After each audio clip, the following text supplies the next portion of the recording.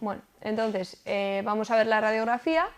Entonces, la radiografía es la imagen que se obtiene cuando expones a una persona o a un receptor en una fuente, o sea, entre medias de una fuente de radiación de alta energía, que pueden ser rayos X o radiación gamma, que proceden de isótopos radiactivos, ¿vale? Los isótopos radiactivos más utilizados son el iridio 192, el cobalto 60 y el cesio 137. Entonces, cuando ponemos una fuente o un paciente en medio del haz y la placa donde vamos a recoger ese haz, ¿vale? Lo que hacemos es que por diferentes densidades del cuerpo, tanto del hueso como de partes blandas, de grasa o lo que sea, algunos rayos van a penetrar del todo, otros rayos van a rebotar y entonces con eso vamos a tener detrás del paciente una imagen donde los rayos que menos penetren van a verse, o sea, van a verse blancos y los rayos que más penetren se verán negros, ¿vale?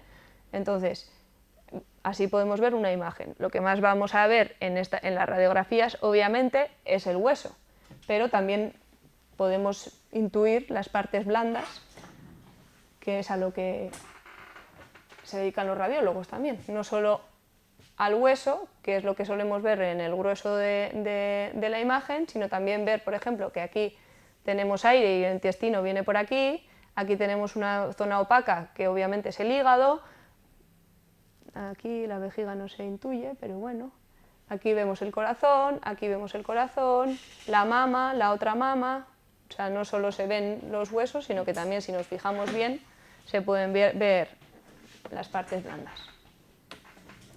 Entonces, la radiografía fue descubierta el 8 de noviembre de 1895 por Wilhelm Röntgen y este investigador empezó a investigar otros rayos, estaba investigando los rayos catódicos y de repente se dio cuenta de que existía una nueva energía y como no sabía cómo llamarle a esa energía, pues le llamó radiación X, ¿vale? X de función, algo que no sabes, pues X. Entonces, por este descubrimiento obtuvo el primer premio Nobel de Física en 1901 y esa es la primera radiografía que hizo, que fue la mano de su mujer con el anillo. Entonces, los rayos X y gamma tienen unas propiedades que son muy necesarias para poder tener una imagen, para poder ser utilizadas y para hacer una fotografía, entre comillas, ¿vale? Entonces, tienen una longitud de onda inversamente proporcional a su energía, no tienen carga eléctrica ni tienen masa, en el espacio ambos viajan en línea recta a la velocidad de la luz. Lo de la línea recta es muy necesario porque si nosotros vamos a dar un haz sobre un paciente, si se dispersaran no nos sirve de nada porque no conseguimos que lleguen esos haces al paciente, ¿vale? Y luego detrás. Entonces, como hemos dicho antes, pueden penetrar la materia, pueden ser absorbidos por la materia, eso quiere decir que obviamente si nosotros absorbemos rayos X, pues al final podemos tener enfermedades por culpa de la radiación. Y aparte de penetrar y ser absorbidos, también pueden ser dispersados por la materia según la densidad que tenga cada material, ¿vale?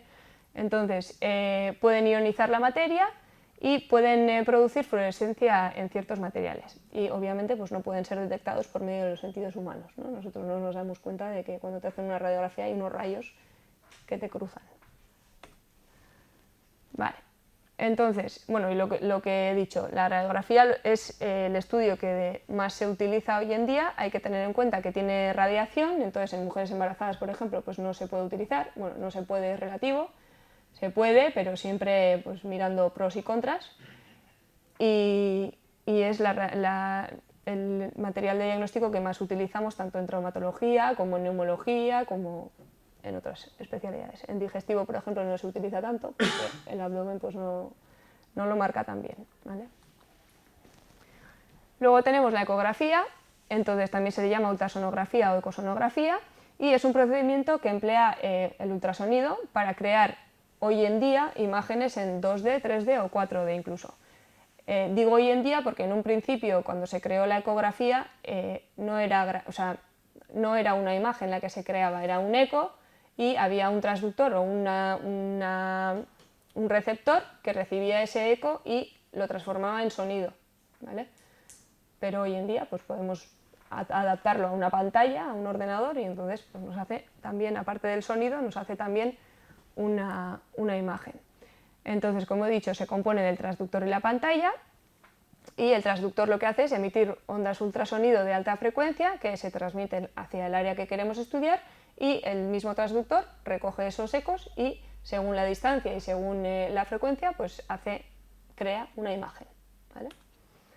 Entonces, lo bueno de la ecografía es que es un procedimiento muy sencillo, que no es invasivo, no tenemos que pinchar ni tenemos que hacer nada raro al paciente, no radia, por eso se utiliza en las embarazadas, porque no tiene radiación, no precisa ninguna preparación previa, o sea, no hay que decirle al paciente que no puede ir a orinar ni puede hacer nada antes. Luego es rápida y bien tolerada, es económica, es de fácil acceso y desplazable. ¿Qué quiere decir eso? Que cuando nosotros tenemos a alguien muy mal en la urgencia en un box, si queremos hacerle un TAC le tenemos que mover. Si queremos hacer una ecografía podemos mover el ecógrafo y llevarlo hasta donde está el paciente y hacerlo, ¿vale? Entonces, en algunos casos pues es bastante útil eso. Es dinámica, quiere decir que vemos el movimiento, porque por ejemplo si hacemos un TAC del corazón, pues nos da la información anatómica del corazón, pero no nos da la información de cómo se mueve ese corazón. En cambio, si hacemos una ecografía podemos ver perfectamente cómo se mueve, qué paredes se mueven, si hay por ejemplo alguna isquemia o alguna parte del corazón que no esté funcionando bien, podemos verlo por la ecografía, pero no podemos verlo por un TAC, ¿vale? Y luego tiene también la ecopalpación. Por ejemplo, si tenemos un tumor o una masa en algún sitio, con el ecógrafo lo que podemos hacer es apretarlo y ver si esa masa cambia de forma o no cambia. Si no cambia es que es una masa dura, si cambia es que es una masa blanda. Un cáncer, por ejemplo, son esas masas pétreas, duras, no se mueven, no cambian de forma. En cambio, un ganglio o un lo que sea, pues suelen moverse, ¿vale? Y eso también pues, puede dar bastantes pistas. Y luego también tenemos la punción dirigida, que hoy en día cada vez se usa más, que es básicamente cualquier punción que queramos hacer, tanto venosa como arterial, más arterial porque obviamente tiene más riesgo, se puede hacer ecoguiada. O sea, utilizas la ecografía, ves perfectamente dónde está la vena, dónde está la arteria y pinchas sin tener ningún miedo a pinchar cualquier otra estructura de alrededor que podía pasar, ¿vale? Y solía pasar.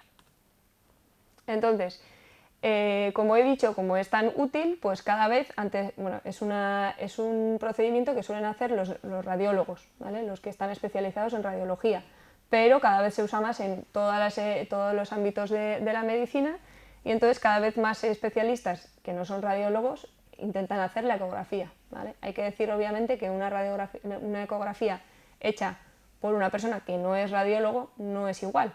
O sea, yo puedo hacer una ecografía, puedo dirigir un poquito mi sospecha diagnóstica, pero con esa ecografía no me puedo quedar, o sea, no puedo diagnosticar con esa ecografía, tendría que pedir otra, que me la hiciera un radiólogo, que es el experto en eso, y que dijera si realmente lo que yo he visto es verdad o no es verdad, ¿vale? Pero bueno, entonces, para poder utilizarlo en distintas zonas del cuerpo, tiene diferentes transductores, que cada uno de ellos lo que tiene es aparte de la forma, que es distinta, también tiene un haz de ultrasonido, o sea, una capacidad de llegar distinta según el transductor, ¿vale? Entonces, por ejemplo, el transductor convexo, que es el primero que está, que es el más grande, es el que suele tener como un amplio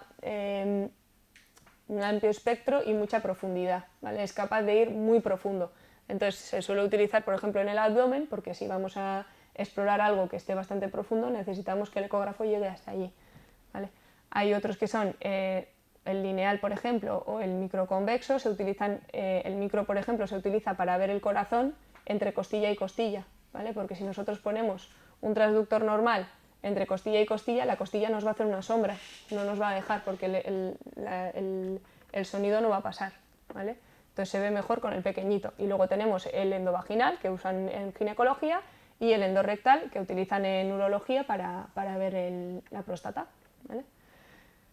Entonces, estos son pues, diferentes ejemplos de ecografía.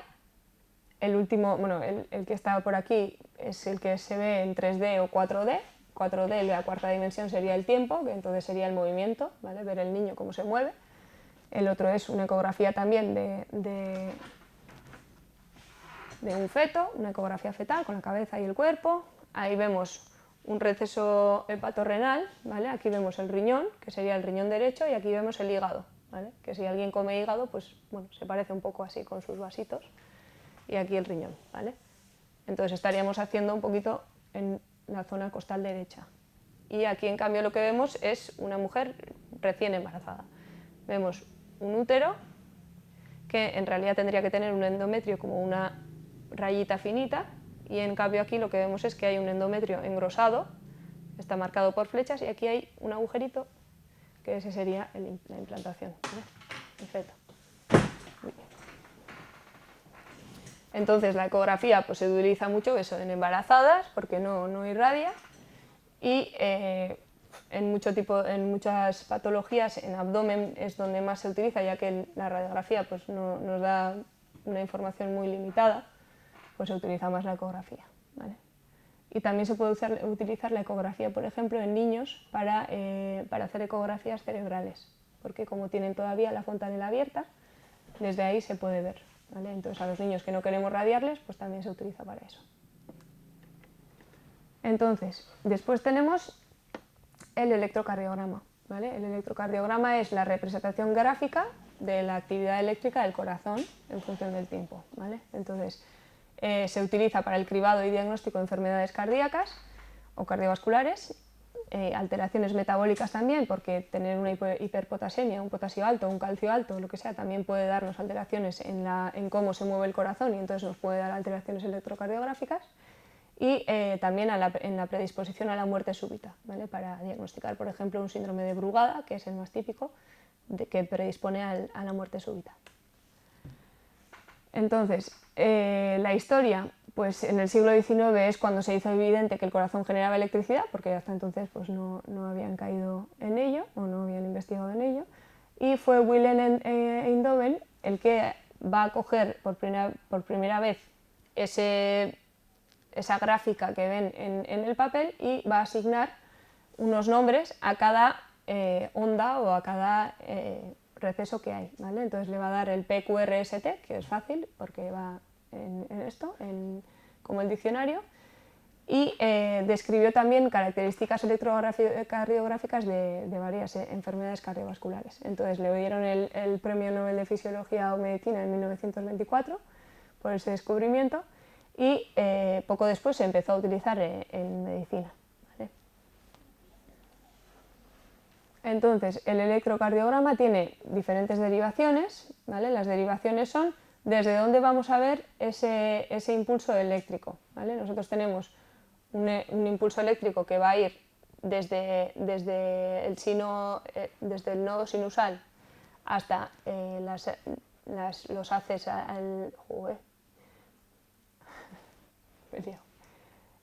hasta las de His, y después pasando por el... No, empezamos, que me he liado.